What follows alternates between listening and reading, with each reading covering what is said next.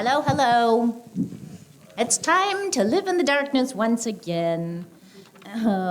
You are congratulated for refusing to indulge in the sunshine and the gorgeous weather that Santa Barbara brings to us, to opt instead to sit in the dark and be enraptured by this lecture, because that's always what happens when we have Claire Berry here to speak.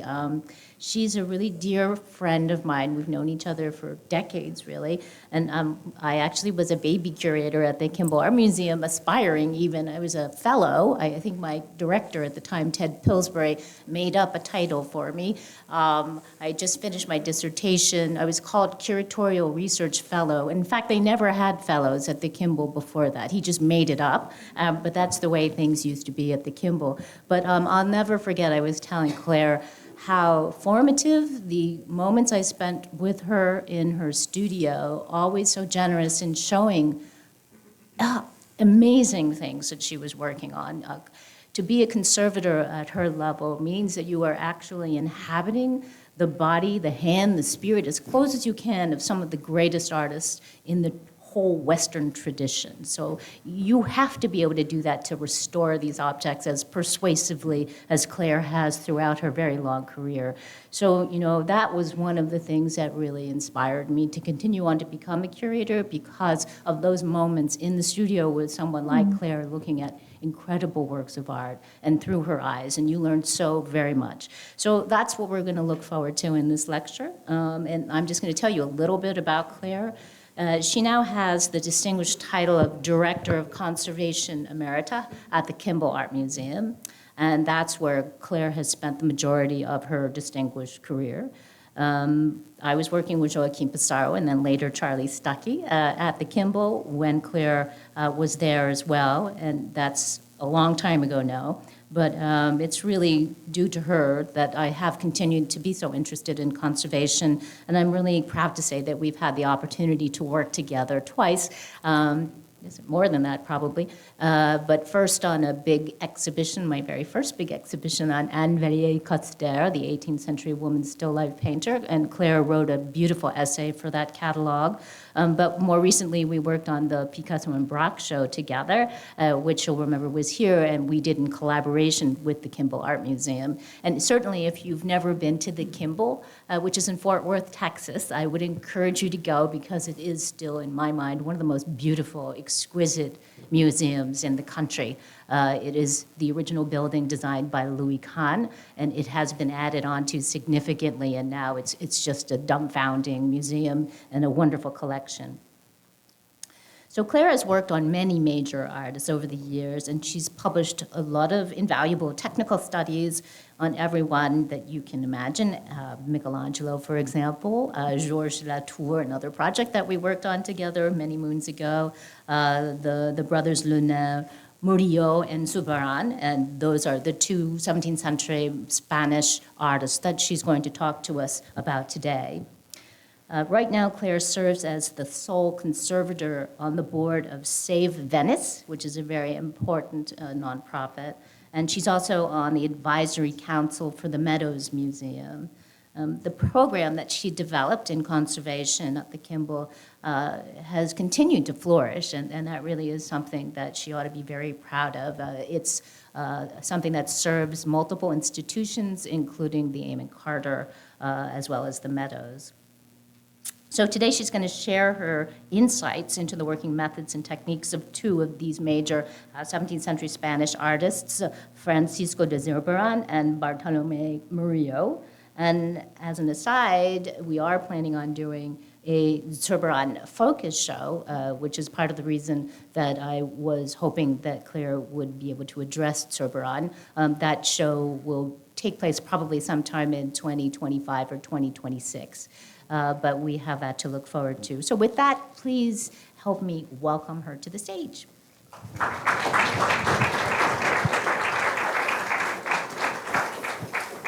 Thank you.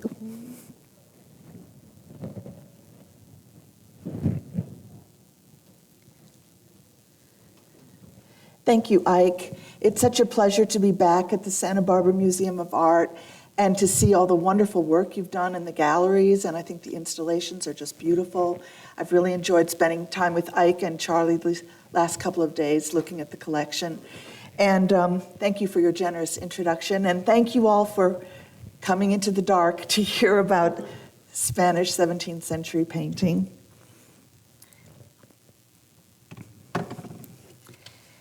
I'm going to start by saying I've worked a lot on both of these artists, but my talks today are very much inspired by the paintings that I've had direct contact with.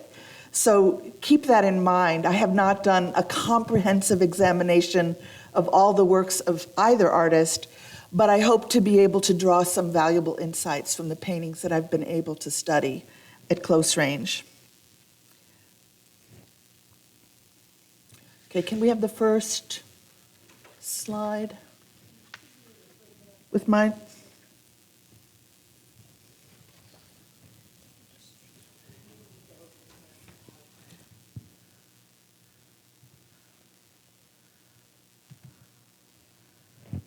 Excellent. Perfect. Thank you. So, by the time Murillo was old enough to paint, Seville had already launched the careers of two brilliant artists, nearly 20 years his senior, the gifted portraitist Diego Velázquez and the austerely pious Francisco de Zurbarán, whose still life you see there on the left. Spain's largest and most dynamic city, 17th century Seville was founded on the banks of the Guadalquivir River and functioned as the primary port to the Americas, supporting 2 transatlantic crossings per year. Cultural life flourished in 17th century Seville due to its trading monopoly with the Americas, the patronage of the Catholic Church, and the thriving aristocracy. These factors helped transform Seville into one of the most cosmopolitan cities in Europe at the time when Zurbarán and Murillo were painting. Against this background, artistic activity flourished, and Seville would produce some of Spain's greatest artists in the 17th century, including the young Velázquez, Zurbarán, and Murillo. So Murillo's early paintings, and you see one here on the right, The Young Beggar, 1648. Sorry. Oops. Okay, there we go. So Murillo's early paintings were heavily influenced by Zurbarán's, whose artistic commissions, inspired by Caravaggio's chiaroscuro style, dominated the art market in Seville in the first half of the 17th century. Although Zurbarán had apprenticed in Seville under the little-known painter Pedro Diaz de Villanueva, he was often referred to as the Spanish Caravaggio due to his forceful use of chiaroscuro, Caravagesque realism, and still lifes. Zurbarán became rightly famous, however, for his exceptional still lifes, which drew on the legacy of Sanchez Cotan. However, he was somewhat less skilled at painting the human figure. As a young artist in Seville, and I just want to show you briefly Still Life by Caravaggio and this beautiful Calling of St. Matthew by Caravaggio, who was so influential to artists who followed him, like Zurbarán, like Murillo, in the 17th century. As a young apprentice in Seville, Zurbarán formed a lifelong friendship with Velázquez, whose painting is shown here on the right. Velázquez worked as an apprentice under Francisco Pacheco, a Spanish painter, teacher, and humanist. And Zurbarán would go on to marry Pacheco's daughter.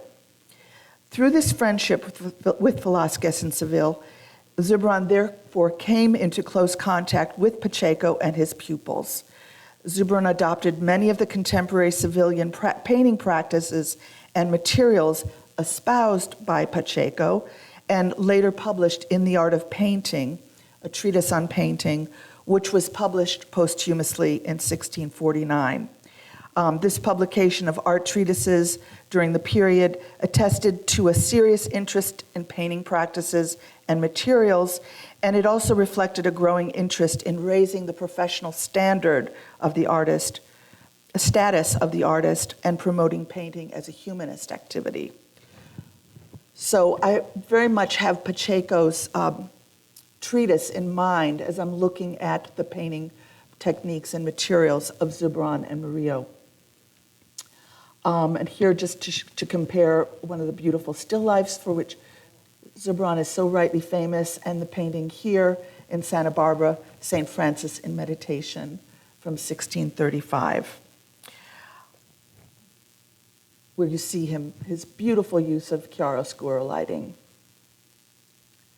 And here on the left is Velázquez's portrait of Pacheco, the painter and art theorist I spoke about, and the cover page from his Art of Painting treatise from 1649, published after his death, but very influential.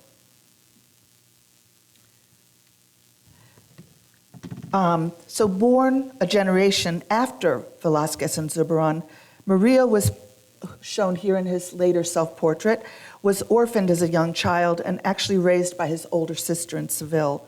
His early training was in the workshop of Juan del Castillo, a well-known Sevillian painter and a distant relative. He was a devout Catholic who painted primarily for the wealthy and influential church. Compared to Zurbarán, Murillo's approach to painting was much more academic. He followed Pacheco's conviction that drawing should be the main basis for painting, and he made drawing from the live model an integral part of his painting practice. He dedicated his practice to painting religious paintings and genre scenes, but unlike Zurbarán, Murillo did not paint independent still lifes. Rather, he incorporated them into larger narrative paintings. And I think it's interesting that in this later still life, which he painted at the request of his children, he's made a point, Murillo, of showing the tools of the trade. With drawing materials shown on the left, there's an unrolled chalk drawing and a chalk stick and a straight edge, and on the right, his palette and paints.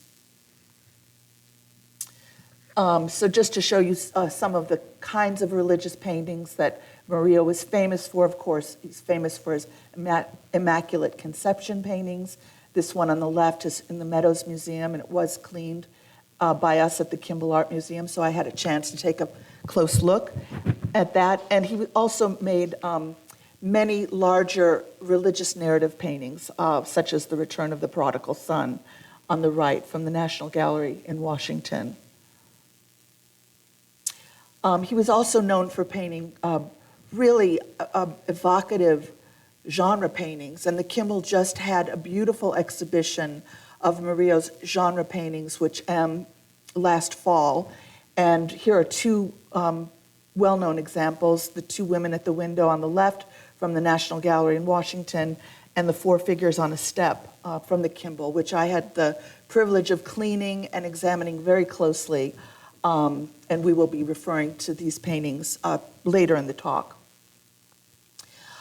We also had the opportunity to examine a series of paintings by Zurbarán at the Kimbell. So here you're getting a glimpse of the Kimbell studio with its wonderful natural light, and that's my colleague, Peter van de Mortel, in the foreground. This is a series of 13 full-length portraits of Jacob and his 12 sons. They now reside in Auckland, England. And they were the subject of an exhibition at the Meadows Museum, and the entire series came to us at the Kimbell, where we examined every painting very closely. We did a lot of technical imaging, and so I gained a lot of insights into his kind of step-by-step process of painting from looking at these pictures over a long period of time. And also just wanted to point out that both of the artists, Seville was involved with this active trade with the New World. And so both Murillo and Zurbarán were working in a more kind of globalized environment, if you will. And I think it's interesting to see how they incorporated that into their practice. So the series that we just looked at, this type of series of canvases that Zurbarán and his busy workshop created, were sometimes created with the intent of exporting them to the New World, to say a religious house in Mexico or Peru. I'm not aware of Murillo planning to export his paintings to the New World, but he did import painting materials, such as this polished obsidian slab that he used as a painting support for this beautiful, small devotional work of the Nativity. In fact, there's a small series of paintings that he painted on polished obsidian, which was imported from the New World. And in fact, these types of obsidian panels were prepared and used as smoking mirrors by pre-Columbian cultures. And they have a really unique kind of luminosity and light streaks in the background that he would incorporate into the composition. It's hard to see in this image, but there are some light streaks coming directly from these putti focused on the Christ child below. This was a painting that I cleaned in preparation for a Murillo exhibition of paintings from America at the Kimbell. And it was a terrifying cleaning because what I discovered was the entire background on the left had been filled in by a later restorer. All those clouds, the landscape were all invented. In fact, the painting was just directly painted on the bare obsidian, which was a big part of its meaning.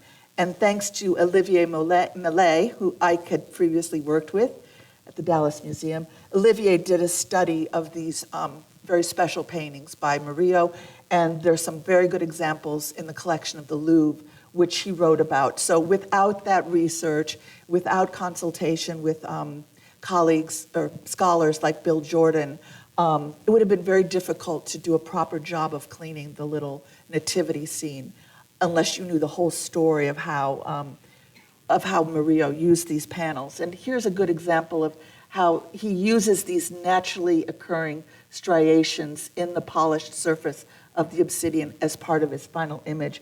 And here you see on the right the reverse of the obsidian slab. They're really marvelous paintings. So I want you to all think, as we get into our kind of examination portion of the talk, I want you to think about paintings in terms of layers. This is the way conservators work. We think, first of all, what is the support? Primarily, we will be looking at paintings on canvas this afternoon. So that's the first layer. And then a support is always usually prepared with a ground layer. And the tonality of that ground layer is going to influence the tonality of the entire painting. And so we'll be talking about how Murillo and Zurbarán use their grounds for their paintings. I'm showing you two cross sections on the right. So if you have to look at them from the bottom up. So down here, this is a layer of brown Sevillian earth ground, and then another preparatory layer, and then a paint layer here. So we're going from bottom up. So we're just going to go step by step, canvas, ground, underdrawing, toned underlayers, paint layers, and varnish. So starting with Zurbarán. Zurbarán painted, as we could see in the cross-section on the right, he used the Sevillian earth ground that was used commonly at that time. It has this very warm tonality, and it provided several advantages for him as an artist interested in chiaroscuro, painting on a brown ground. You could get deeper shadows. It's the type of ground, actually sometimes a brown ground is easier to cover with paint than a light ground, which has such luminosity that it might require more paint. So it might be helpful in producing a large series like this, enabling the painter to work more quickly. Well, and we want to compare these two artists. And here's a beautiful example of one of Murillo's late Immaculate Conception paintings. And here's a cross-section from this painting.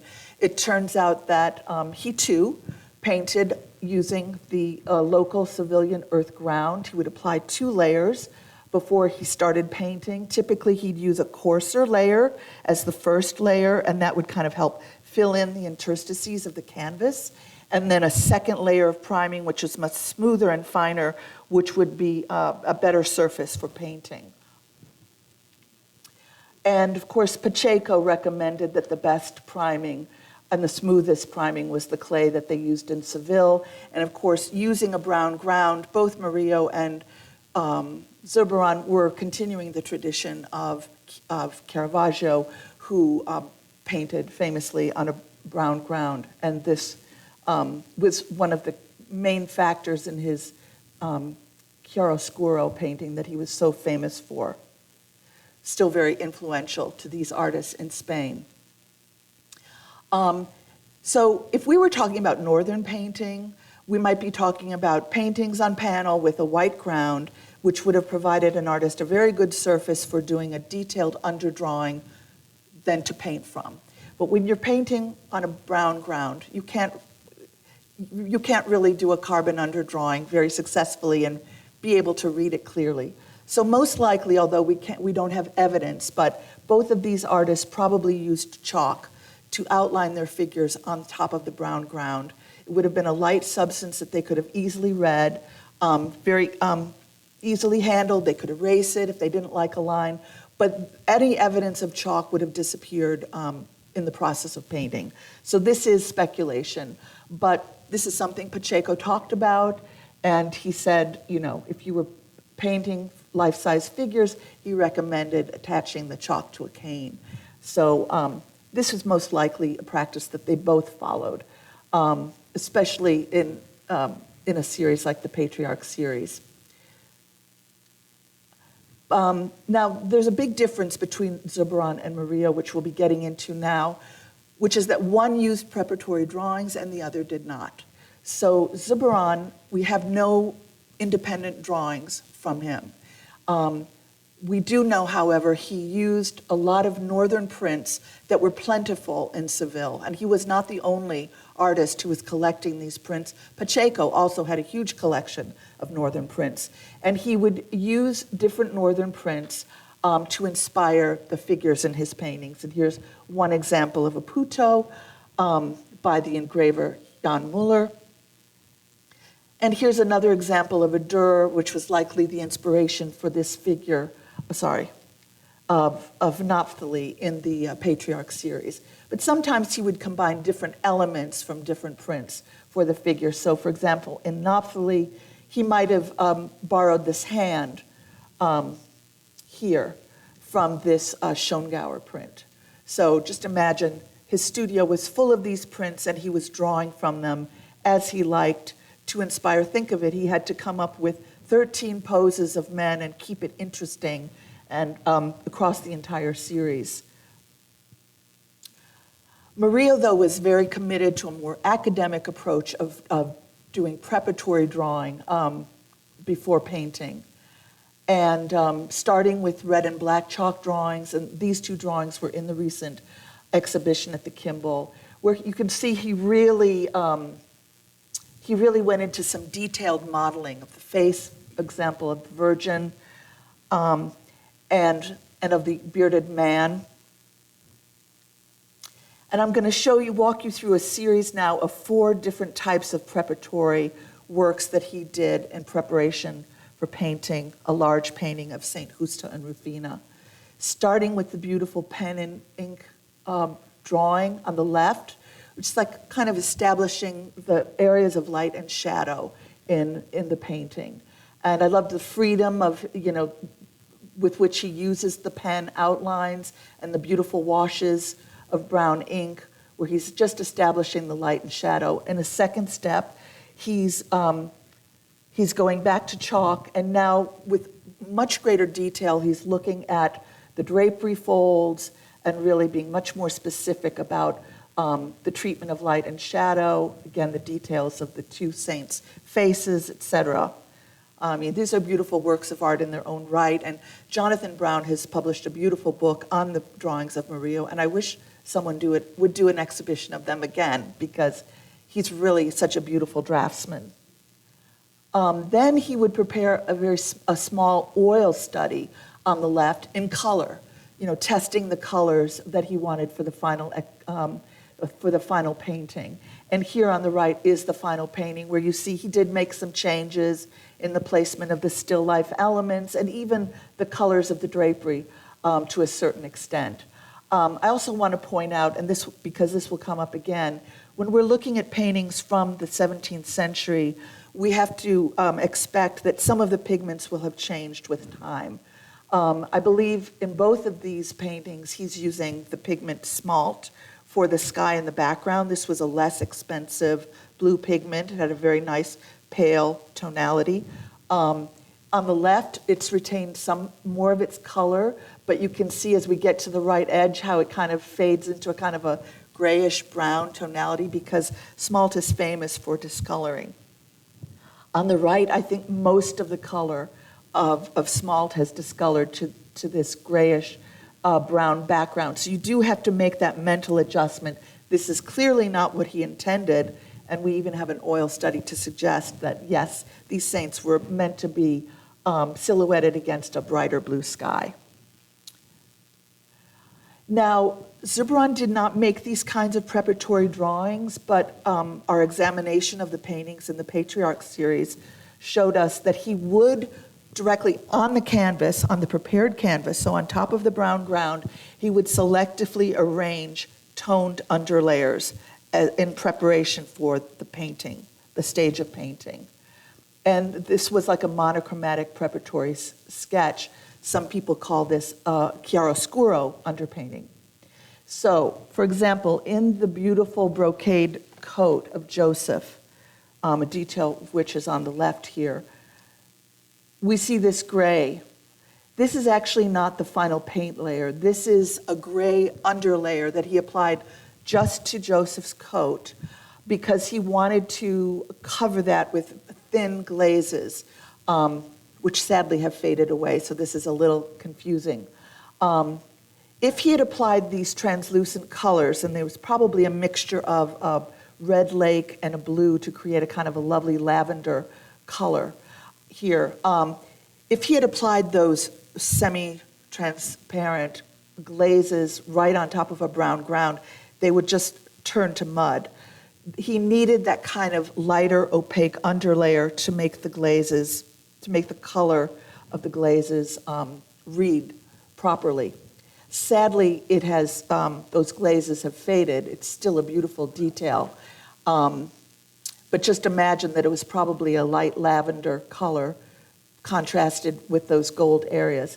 And on the right, in this area of drapery, which again is painted with red lake, glazes for the shadows and mixed with white in the highlights, this too was painted over a gray underlayer. So you see him anticipating his use of color and how he can get the maximum color. In some cases, he needs to add a toned underlayer. He, in the figure of Zebulon here, he also used a toned underlayer for these striped trousers, but here, instead of a cool gray, he switches to a warm sienna underlayer. And here, in this detail, you can see the kind of warm red tone showing through some of the blue pigment here. And the cross-section tells the story. Here is the original brown ground. Here is the toned sienna underlayer. And here is the blue paint layer on top. So I think this is quite a sophisticated technique. And so clearly, though his approach was slightly different from Murillo's in terms of drawing, they end up thinking the same way once they work on the canvas, and we're going to see that in a minute with Murillo. I love this detail of the loaves of bread. This is the most beautiful still life in the Patriarch series, and here too, beneath the loaves of bread, Zurbarán applied this warm sienna underlayer. Now with Murillo, there are some different examples of his use of toned underlayers. Here again with the Immaculate Conception from the Meadows, where he's using precious ultramarine blue for her drapery. He first painted an underlayer in azurite. This was a technique that was recommended by Pacheco. First of all, he needed to have some kind of an opaque layer between the brown ground and the blue, because this is really a glazing color that's semi-transparent. It was very expensive, and he wanted it to show its full potential. And so he prepared this area first with azurite, which is a mineral blue pigment that has a kind of a blue-green cast. Now, unfortunately, somewhat like smalt, azurite can discolor with time, especially when it's used unmixed with any other pigments in oil, and it turns to a kind of a muddy gray color. So what you're seeing on the right is the top layer of ultramarine pigment, and you're seeing some of the azurite showing through, which has discolored. So again, make a little bit of a mental adjustment there. Imagine that it would have looked that much richer with a solid blue layer beneath the top layer of ultramarine. Now, this is a very interesting example in the painting that belongs to the Kimbell, Four Figures on a Step. And it involves the way Murillo is highlighting this hand of the young man. When we examined the painting with XRF, it's a way of scanning that gives us a picture of the artist's use of different pigments. In this case, the scan on the right is showing us that Murillo applied this local underlayer of vermilion, pure vermilion paint, which is a very vivid red.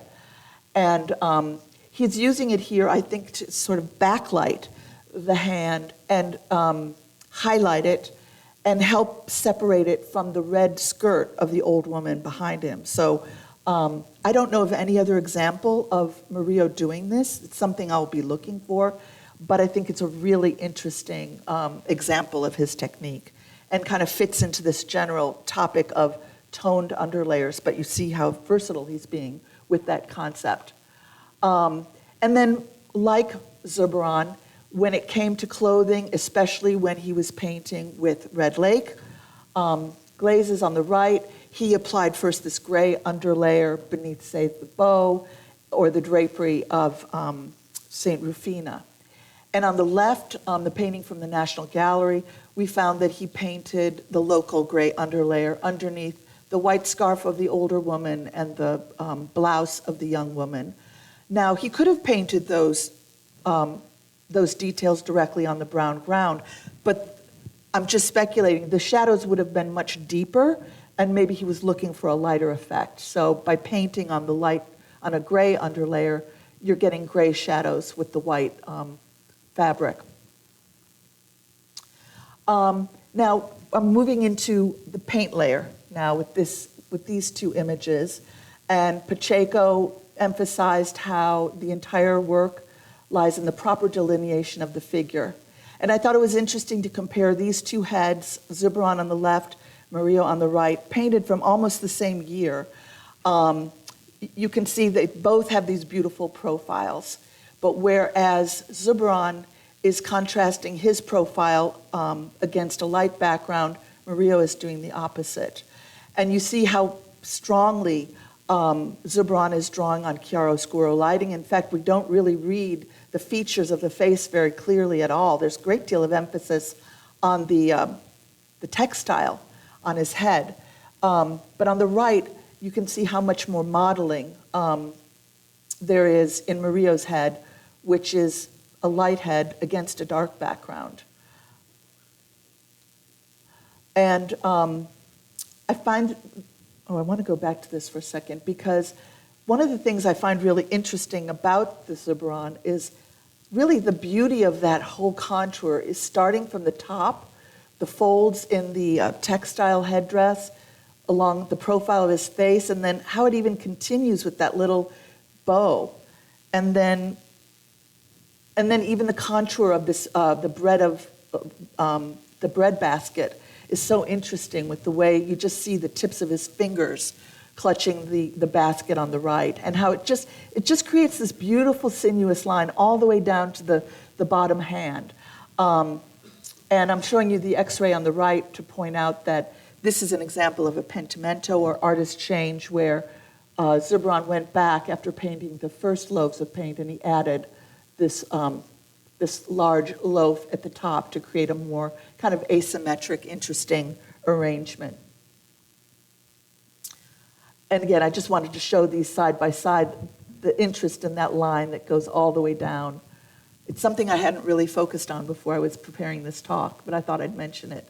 Now, in this painting by Murillo, which we looked at earlier, I want to point out that whereas I think with Zurbarán, who is so famous for his still lifes and so gifted, nevertheless, there's almost a similarity in the way he paints a still life with the figure. It's as if they're one in a certain way. In Murillo, though, I find him to be a very, very excellent still life painter. I don't think you have quite the same association. The still life is always separate from the figure, and it's always supporting the overall narrative.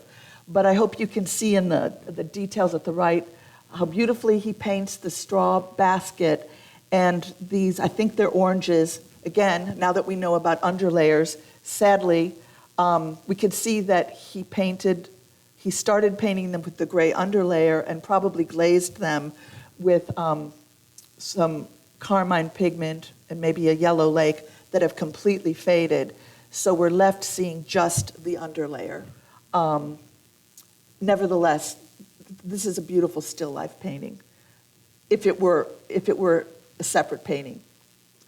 But I think what dominates the composition almost more than the figure of the still life is the shaft of light that comes in through the window, and this makes me think of Caravaggio. So this, just an example that early Murillo is so influenced by Zurbarán, and I think still Caravaggio. We did see evidence of a little bit of a pentimento here, where he initially planned to paint that terracotta urn further to the right and then shifted the location, just as he did in the Rufina that we saw earlier. Now, one of the things, I love looking at brushwork, and one of the things I really enjoyed seeing in the series, the Patriarch series, were when it came to the faces of Jacob and his 12 sons, the looseness of Zurbarán's handling, especially his use of this kind of zigzag brushwork. We think that he painted the faces from life. And I'm going to suggest that, when we see this kind of zigzag brushwork, which I've only seen in the faces, it's kind of a clue that he's painting with a figure directly in front of him. I don't know if you can see it from where you're sitting, but it's right on the side of the cheek here, you get this little zigzag. We also see it in the beard, the heavy beard of Jacob. It's kind of filling in with broad zigzag brushwork with the figure right in front of him. And I just wanted to point out in these details from Zebulon, Zurbarán's deftness with the brush, how in a single stroke he creates not only this collar tie, but by using a certain amount of pressure as he's dragging the stroke down, you get these little ridges of light paint on either side. So he's creating the form of the string and the highlight at the same time. And I feel like he's doing the same thing in this button. Just the way that he's applying the red highlight, he's both describing the texture of the button and the material and applying the highlight at the same time. I've always found that the greater the artist, every time you go back to a painting, you'll find more and more things that you hadn't noticed before, and they somehow never disappoint you. It's really a test to be able to look at something this close up. And I love the way that Zurbarán applies the highlights in the fringe and the gold embroidery of Joseph's costume. And again, how it stands up to this magnification. Just beautiful. Again, there's a kind of an economy of means. But just with a few broken strokes, he's able to create the whole form and the highlight. Really beautiful. He sometimes took the butt end of his brush to create texture, as he did in the loaves of bread. And I don't know if you can see that clearly, but here, he's just carving right into the wet paint with the butt end of his brush to create texture on the surface of the bread.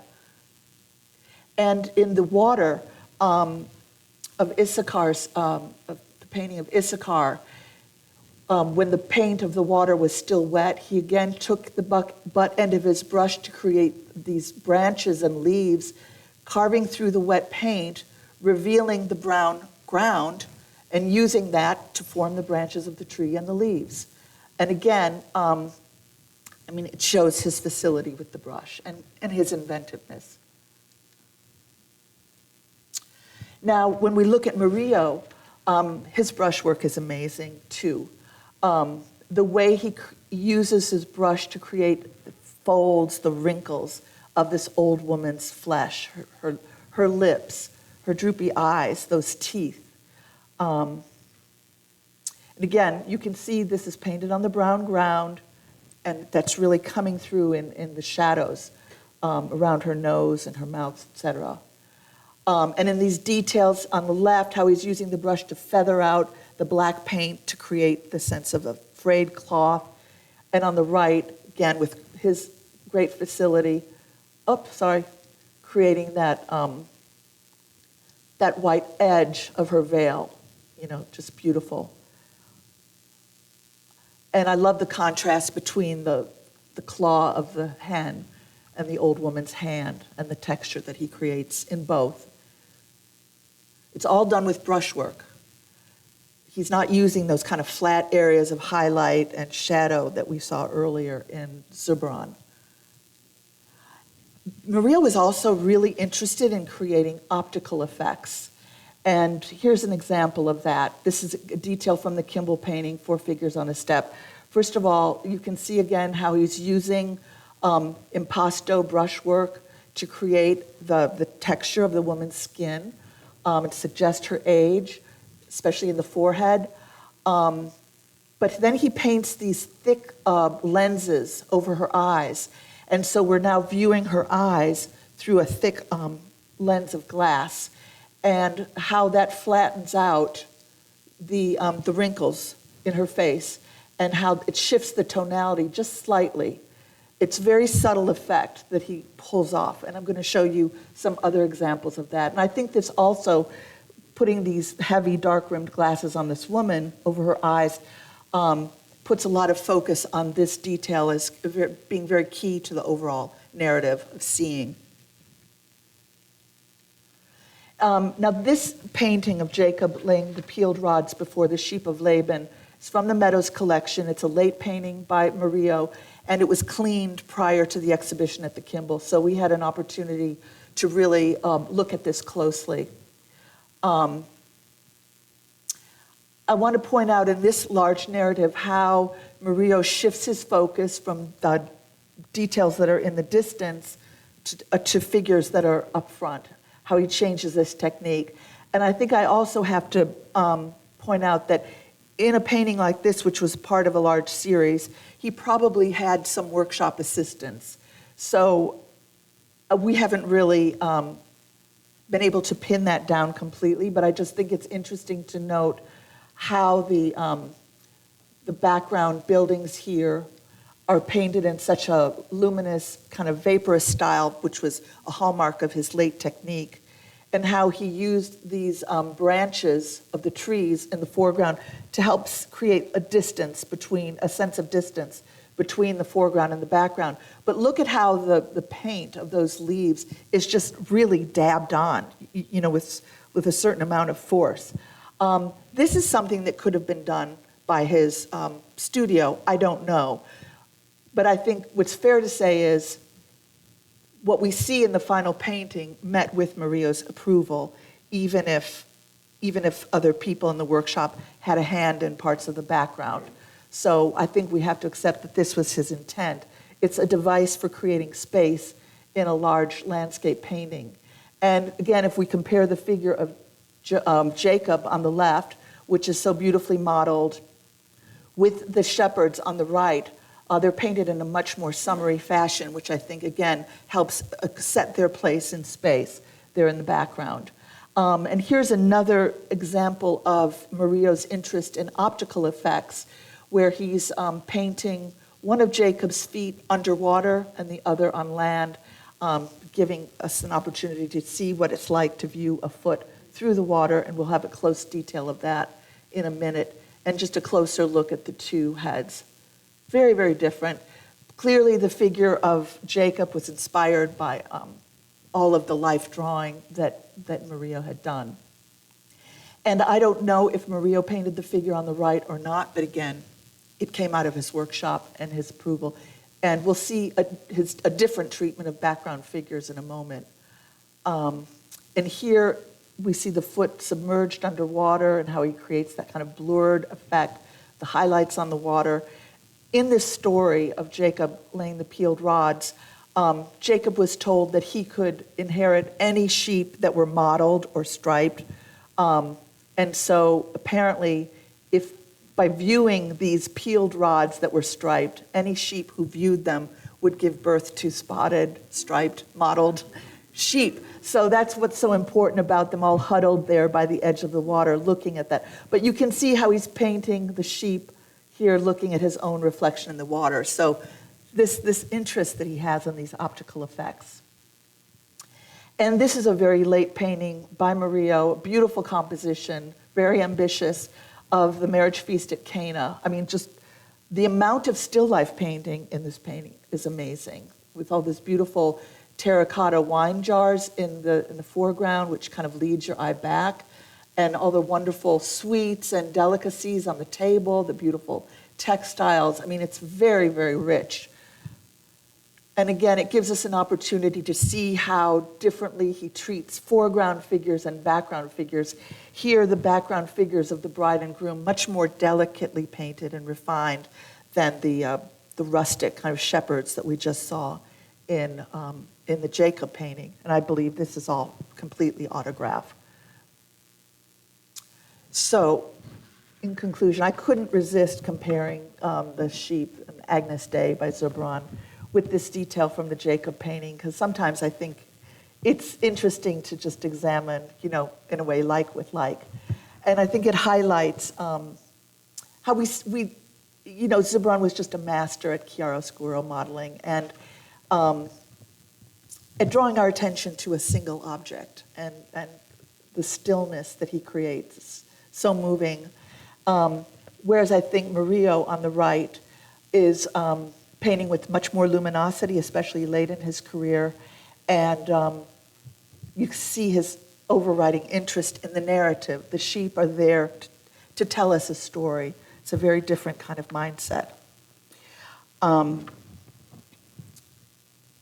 However, as I said earlier, at the beginning of his career, Murillo was very influenced by Zurbarán, who was the leading artist in Seville when Murillo was starting to paint. But Murillo's star began to rise after the mid-century, and we do have an example here of Zurbarán being influenced by Murillo's lighter style. And I think it's interesting to compare these two paintings of St. Francis to see the difference. I mean, the dark background on the left, the really strong contrast of light and dark, the addition of the landscape on the right, we're seeing the full facial features of St. Francis. Really interesting. See how the influence went both ways with these artists at some time. So, although Zurbarán and Murillo each forged distinctive and identifiable painting styles, the two artists did directly influence each other's work at different times.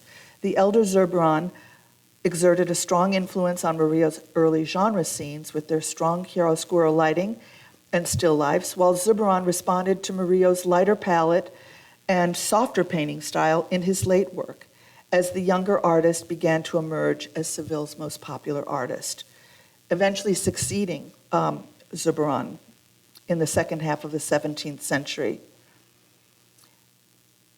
And technical information of paintings by Zurbarán and Murillo reveals significant areas of overlap, along with some telling differences. Both artists painted on dark Sevillian earth grounds and demonstrated an obsession with lighting from the earliest stages of planning their compositions. They incorporated locally toned underlayers over the dark ground as necessary to achieve the desired impact of light and color. However, Zurbarán's work overall remained more closely allied with the tradition of chiaroscuro, while Murillo's work reflected a lighter, more vaporous style and a fascination with color as the artist matured. Both artists earned their rightful place in the pantheon of 17th century painters. Their paintings have had a lasting impact far beyond the Iberian Peninsula, inspiring future generations of artists. Zurbarán's paintings in particular influenced the work of 19th century artists such as Courbet, shown here, Millet, and Ribot, perhaps because he provided a model of non-academic art that sometimes overlooked the conventional rules of painting. Murillo's academic, high Baroque style, on the other hand, sparked the imagination of many important 18th century artists, such as Gainsborough and Greuze. Thank you very much.